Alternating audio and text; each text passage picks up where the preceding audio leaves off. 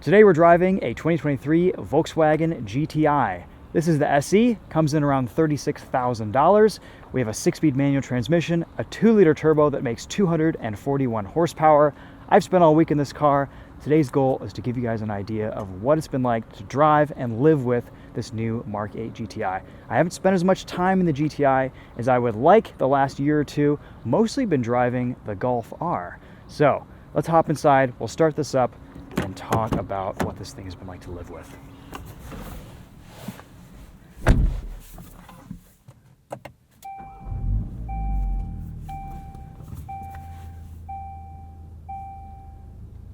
All right, so some basics out of the way. This gets pretty good fuel economy, 32 miles a gallon on the highway, 23 in the city. We did do a road trip in this GTI this week. Took it out to Road America for the Mama Spring Rally, Midwest Automotive Media Association, and it got about 35, 36 mpg on the highway, which is pretty impressive.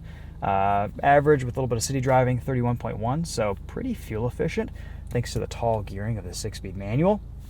We have a very familiar looking interior. Many of you may know I used to own a Mark 6 GTI. I had a 2010, very similar to this one. It was a 6-speed manual, had plaid seats. I loved that thing. It was a great car. And I'm so glad Volkswagen has kept this seat. It is just such a iconic element of the GTI. Steering wheel, all of your touch points feel really nice. We've got a flat bottom. I think Volkswagen just makes some of the best steering wheels for the money in the class. This shifter feels great, nice and tight gates. We've got kind of a little bit of a longer throw, but I love the action of this shifter. It just feels really solid. Kind of felt the same in the new Jetta Sport that we drove a few weeks ago, but Volkswagen's doing a really nice job with their shifters. This has a limited slip front differential, so it can really put its power down. We've got a bunch of different drive modes. There's a lot of customizability and adjustments that you can make in this GTI to tailor the driving experience to your preferences. Let's hop outside and show you what cargo space and rear seat room look like. One of the best things about the GTI has always been its practicality. It is, after all, the original hot hatch, and hot hatches must be usable on a daily basis. We've got this kind of adjustable loading floor down here. You can make it super low for extra tall items.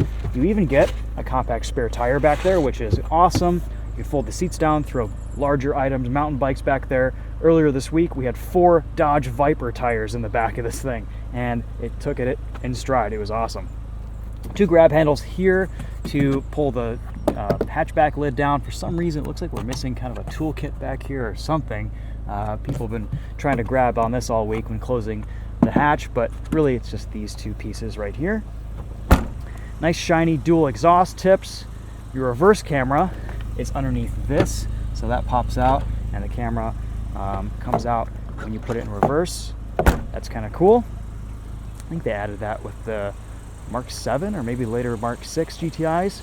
This takes regular fuel, 87 octane. It's painted in moonstone gray, which is a really sharp looking color on this car. I've got to say, I think this new GTI looks pretty good. We've got the classic red stripe here up front. The only thing I'm a little bit unclear about is this LED strip that goes all the way across the front end. It kind of integrates with the headlights. That's a bit strange looking at night, but overall, the rest of this car, very recognizable as a GTI. I'm not too crazy about these wheels, unfortunately. I feel like Volkswagen has had more exciting options in the past. And unfortunately, we also get a set of all-season tires on here. You can only get a summer tire option in the GTI in the top Autobahn trim package. These are 225 40 R18 Goodyear Sports, Eagle Sports, and they really don't do this car justice. There's just not a lot of grip here. Ironically, the first Mark 8 GTI that we drove last year was a pre-production model that had basically racing R compound tires on it. And so we'll explore the handling a little bit on these all seasons and let you guys know how they feel on the road. Back seat room. I'm 5'10", seated behind myself. I've got plenty of room back here. Loads of headroom, space to stretch out. A little bit of Alcantara here on the door, like that. Lots of pockets to put things in the back of this GTI. We get rear vents. I mean, this is really nice back here. No complaints. Red contrast stitching, more plaid seats.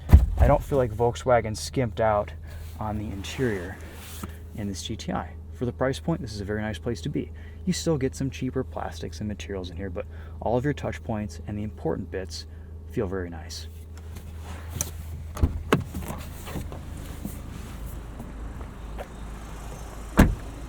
Volkswagen logo right there on the B-pillar. Let's pop the hood, take a look at this 2-liter turbocharged 4-cylinder. Again, 241 horsepower, 273 pound-feet of torque. We don't have an engine cover because that may be still left over from when they were igniting. So we've got a naked engine bay, which I guess still looks all right. Heavy, heavy hood. All right, let's hop inside. We'll go over the interior just a little bit more, talk about the infotainment, and then we'll take this for a drive. Really good space to put water bottles and cups in this GTI. I actually really like this center cup holder solution. So you've got this kind of larger area where you can put your phone or your keys. It's kind of grippy, so stuff isn't going to slide around as much. And then you've got this button which extends this like tiny coffee cup holder, keeps everything in place with a little bit of tension, a springed little piece right there, and then you can fold it all back in at once like that. Center area, not a lot of storage in there, but enough. This is a bit counterintuitive to open up. You have to reach a little bit lower than you think to get it to pop up, but it is adjustable, which is neat, so you can change your armrest height, and this piece slides out some. Wireless charging down here, 2 USB-C ports, stop-start button, manual gearbox. No handbrake, unfortunately. Volkswagen has finally nixed the handbrake in the GTI. Kind of bummed about that. That was such an iconic piece of the hot hatch, and it's really sad to see its demise. Good sized glove box. Like the materials here on the dash. A lot of gloss black in some higher traffic areas, which could get messy looking eventually. Got to be careful, and it does show off a lot of your fingerprints, unfortunately. All right, so let's get into the infotainment here, because we've touched on this before. We've complained about it at length. It's still, I think the word is tedious and needlessly complicated. Ultimately, it's going to be up to you whether you think this is going to be a deal breaker or not. I do think for some buyers it is. This infotainment is a little bit laggy, a little bit slow. You can really only do one thing at a time with it. It's not a big screen where you can multitask and have a constant climate menu at the bottom and see your other things. You're always going to be 2 or 3 or 4 inputs away from completing something while you're driving, which is, in my opinion, just distracting and maybe a little bit dangerous.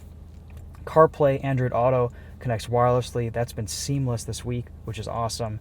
You've got some climate control, like touch sensitive buttons over here where you can change the temperature.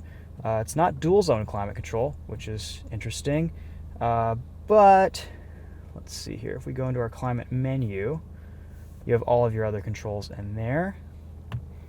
Some settings, heated steering wheel, heated seats. All of that is pretty easily controllable with a press of the screen right here. But again, I feel like stuff like that should just be a button, and climate should be knobs and dials, so you can quickly change settings, turn things on, turn things off, enable recirculation if you're following a stinky diesel truck or something like that. It's just a bit tedious to use on the fly, and I find myself making sacrifices in comfort for just not having to take my eyes off the roads and use this infotainment. There's a nice drop-down menu where you can add some favorite buttons here, which I do appreciate. Let's see, you can go in, long press on one of these, and select any of these options as a favorite button. I've chosen to enable traction control and stability control, which is great. We get a lot of ambient lighting settings. You can pretty much customize to any color you want. Can't really see anything right now because it's the middle of the day, but that's pretty cool to look at night. All of your vehicle settings are in these kind of weird convoluted menus as you walk around the vehicle. But again, once you buy this car, you set it up, you're not really going to worry about this stuff after the fact. You've got your native navigation there and this home button. And if you need to mute your audio, you've got a little volume button right there, which is nice. You can control your audio volume by tapping or sliding. Again, would prefer a knob, and you've got redundant controls right there on the steering wheel too. So let's look at this gauge cluster. A couple different view options. We have a more information-rich display, kind of a minimal display that shows our navigation, driving assistance systems, speedometer in the middle, and this is kind of my favorite, just the central tachometer and speedo in the right or left. You can customize these side pods to whatever you want. I like speed on the right, fuel economy on the left, and then all of your other information is really well organized. You've got your exterior temperature, whether your parking brake is on, your remaining fuel mileage, your drive mode, cruise control, speed limit, it's all right there. Volkswagen does give you a few quick access controls down here to get into your climate, your driving assistance, your camera, parking sensors, and rear view display there, and then your drive modes. I've been driving this mostly in custom drive mode, so you can control your suspension, your steering weight, drivetrain, engine sound, adaptive cruise control, light assist, and climate control. Those are all my settings that I've liked, and this actually has a pretty spicy sounding exhaust, which is cool. Let's see, we'll put this into sport mode. You get some heat into the system, you get some nice little burbles or pops on the overrun. But from the outside, this exhaust actually sounds pretty darn good. All right, I think let's set off. We'll take this GTI for a drive and see how it is on the road.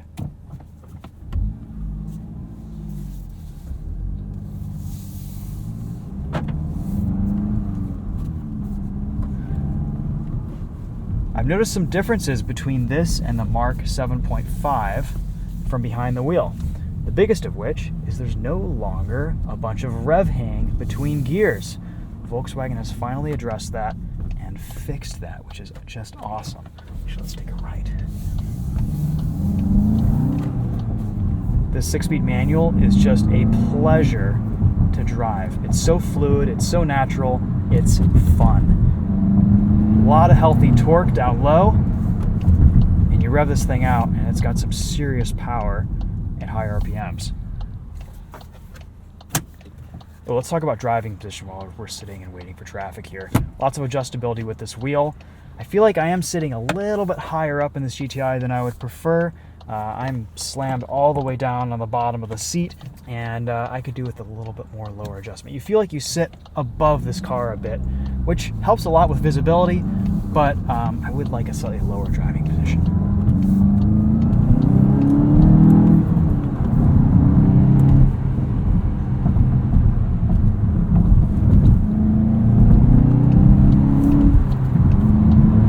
Suspension's kind of a nice balance between sporty stiffness and a little bit of ride compliance. It's definitely on the stiffer side, even in comfort mode, but again, the GTI has always felt about like this in my opinion. The Golf R actually might be a bit softer, and then it has a bit more adjustment with those active dampers. The steering wheel controls actually aren't as annoying as a lot of people make them out to be. I find that they're pretty clearly defined, and you do get some haptic feedback from these. So for cruise control, if you leave the cruise control system active, since you've last cycled off the car, it will remain active, which I think is really nice. There's a pretty decent lane keep assist system. You can enable travel assist very quickly, very easily, and it'll stay pretty well centered between the lines. And the thing I really like about this cruise control is that you can change gears, upshift and downshift, and the system will remain active. It won't disable the cruise control.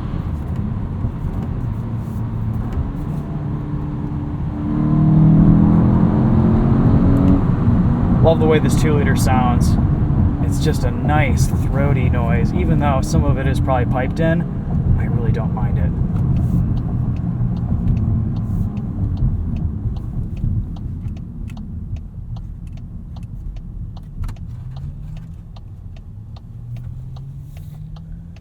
All right, let's see how this front differential digs us out of a corner. We're going to turn ESC off, confirm, and set off.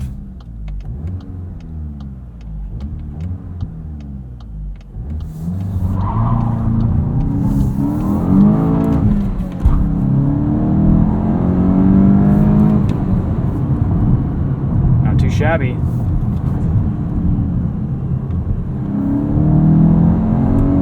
brakes. Ooh, lots of good bite.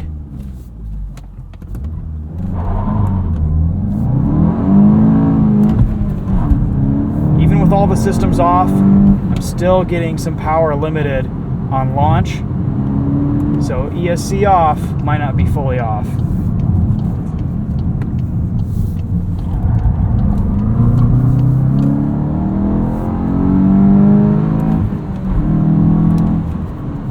This car is definitely limited by its all-season tires. It's being held back quite a bit in terms of driving fun, at least around corners. Not a lot of grip from these Goodyear Eagle Sports. That's probably one of the only things I change about this GTI in terms of driving enjoyment is just these tires, not a good option from the factory. I mean, that's been pretty typical of GTIs for a while. I remember my Mark 6 came with a really crummy set of, I think, Pirellis. I ran them for about 20,000 miles and then just ditched them out of frustration.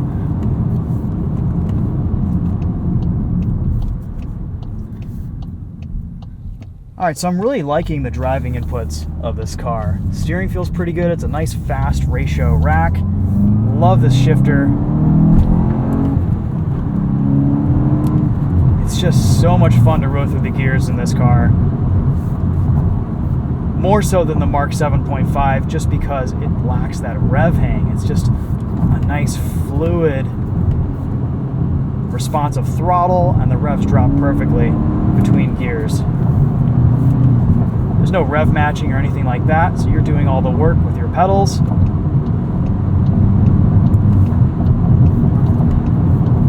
Let's hit one more corner here.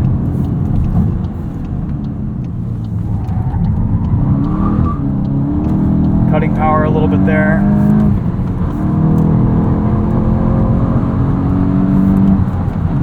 The chassis feels good. I mean, you can feel that this has good dynamics from a handling perspective, but these tires are holding it back so much, I just can't get the grip out of this thing that any of the competitors have in this class.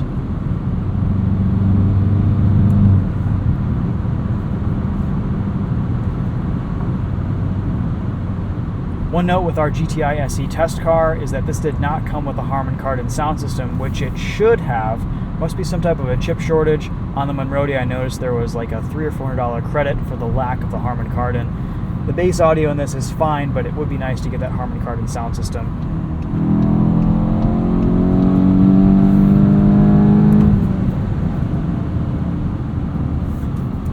Pedals are even nicely placed for heel toe.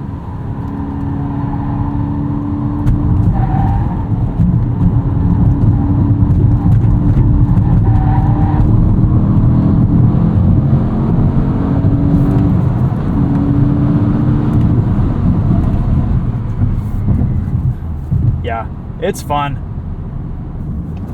Alright, let's sum up some thoughts here. So there's a lot that I do like about this GTI. I love the way this thing drives. It's just such a nice daily to get behind the wheel of. I love this manual transmission. The dual clutch I think would be a great option too, but honestly I prefer this manual. It's just so good and so fun to row through the gears. Paired with this engine, it's a great combo. I think it's a really nice enthusiast choice. I really do hope Volkswagen makes some improvements and gives us back some physical controls in the next iteration of this GTI, the Mark 8.5, just because this needs some work. And I don't think personally I would want to live with a system like this on a daily basis. I thought maybe after spending some more time with it, I'd get used to it. I haven't really, and that's just kind of where I stand with it. The rest of this car really does offer everything that it always has in the past. It's just such a great, usable, versatile package. It drives very well. It's not a huge improvement. Again, there's no revolutions here. It's just a nice evolution on what we've seen in the past from the GTI.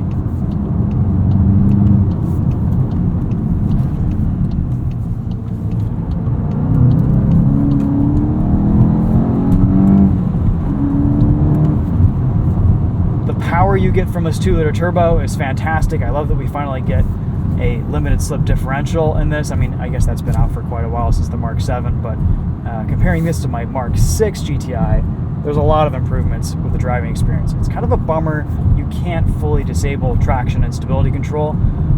Even with ESC off, I feel quite a bit of intervention around corners in this car, but for daily driving, it's fine. If you're going to be tracking or autocrossing this GTI, it might be an issue. How does this compare to the Golf R? Because that's kind of an interesting thing that I've noticed with this new Mark 8 is I actually really, really like the Golf R dynamically. And the GTI is good, but it's not blowing me away. In the past, I've always thought, okay, well, the Golf R and GTI, the driving experience, the fun factor, they're kind of even. But in this new generation, in this Mark 8, the Golf R is so much better dynamically and so much more fun to drive than the GTI that I think there's something to be considered there. The rear differential, that torque vectoring differential in the back of the Golf R is really trick stuff. It's very, very nice to have in the wintertime. And that is such a capable performance car that, I don't know, for 45 grand, it's really good. I think a really good driver's car and a good daily. I think if you can stretch your budget just a little bit, I would seriously consider looking at a Golf R over the GTI, because in SE form, this is still getting a little bit pricey, almost $37,000. Also, there are some amazing other options in this segment these days. There's the Elantra N. There's the Civic Type R, which granted is more money. There's the Toyota GR Corolla. There's the Civic Si. There's just some great, great buys for a little bit more or a little bit less money than this GTI. And this kind of slots somewhere in the middle.